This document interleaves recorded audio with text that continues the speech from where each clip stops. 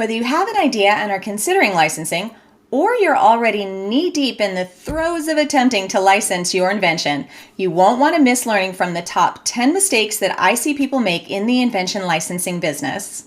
Hi, Lisa Lloyd here with more tips, tricks, and strategies to optimize and accelerate your invention licensing business success. If you like this video when we're done, subscribe and hit that notification bell so you can be the first to know each time I've posted. Look, no one is perfect, but I've been doing this for almost 30 years, and to this day, it is basically the same 10 mistakes that I see over and over when working with clients. These are not difficult to avoid or even overcome if you've already made them in most cases. But you can't do anything if you don't know it's a problem. So let's dive into what they are so that you can avoid making some of the mistakes or course correct your steps if you've already made them. And if you'd like to learn even more when we're done, book a free consultation with me in the link below. So mistake number one is, and these are in no particular order, I'm often asked by students if they should do a crowdfunding campaign or get investors. Well, the simple answer is no. Not if you want a license. To have a successful crowdfunding campaign, you have to spend $10,000 to $20,000 with a good agency unless you know the secret of driving traffic to your offer. Then you have to be prepared to make and sell those goods that you promised in the campaign. So why would you spend that kind of money when you don't plan on even making and selling a product? The same is true for investors. You don't need much money. On average, it's only about $5,000 or less to invent, patent, and license. I've done it for as little as $1,500 in all. Investors are not interested in small investments with a small return. A simple loan from an angel investor, maybe, but not traditional investors. The second mistake that I see made is not properly defining the problem or pain, resulting in products that don't solve a big enough problem for enough people to make a company want to license it. Listen, even if you manage to get a license, it doesn't guarantee that consumers will buy it. You have to have a point of differentiation from all the competition that will make people want it. Even if it's just one thing, that's fine, as long as it is a significant enough pain for enough people, or in the case of a simple novelty item, a game, for example, it has to delight people enough.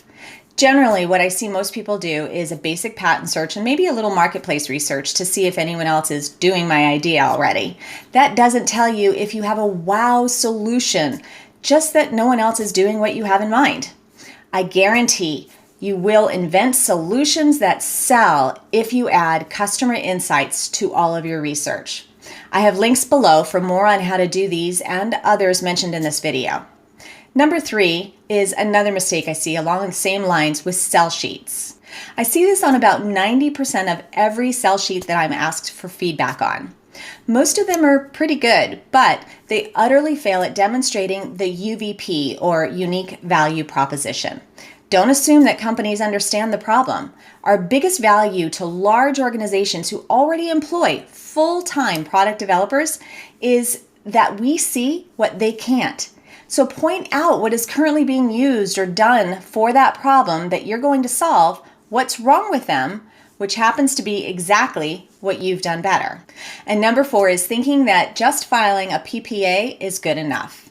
If you get everything else right and a company is interested in licensing, they will ask to review your patent application before sending you an agreement.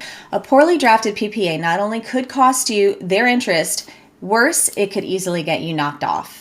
IP is as much a business strategy as it is a legal decision. So choose the right kind of patent and do it well. It is the core value of the very thing you're monetizing. And number five is unnecessary spending. A patent is the only consistent expense in a licensing business model. Other than maybe a little engineering support, there is nothing else that needs to be paid for that you can't do or learn to do yourself. For example, learn how to write an effective sell sheet and use the free tools like Extensio or Canva online. No software needed.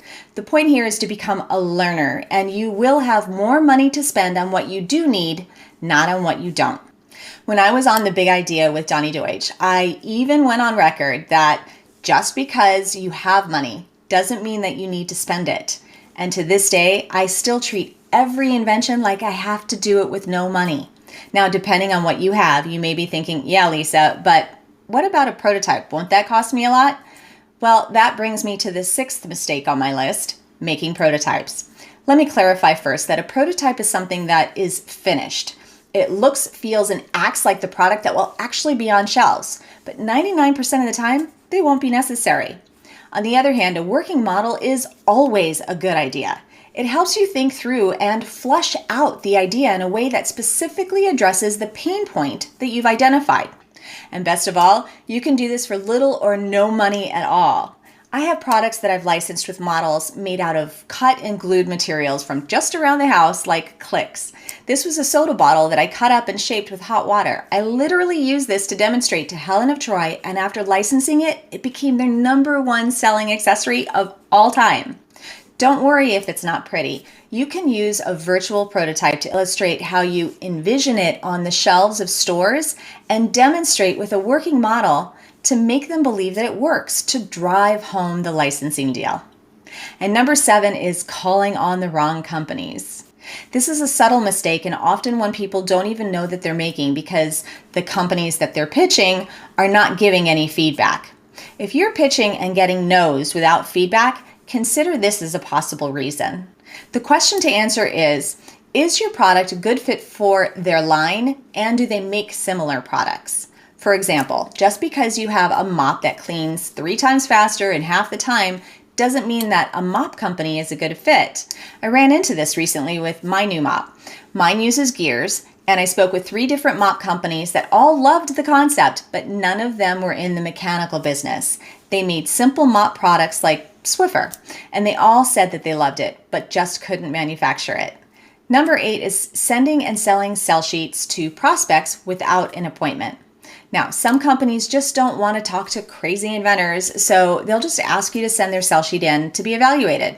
The problem is that without a conversation, you never have a chance to build a rapport and may never get the chance to overcome any objections. Most of all, you learn nothing.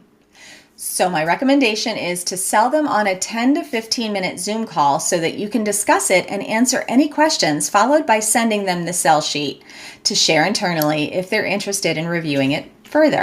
So begin with just selling them on a quick call to review your product and get their expert feedback.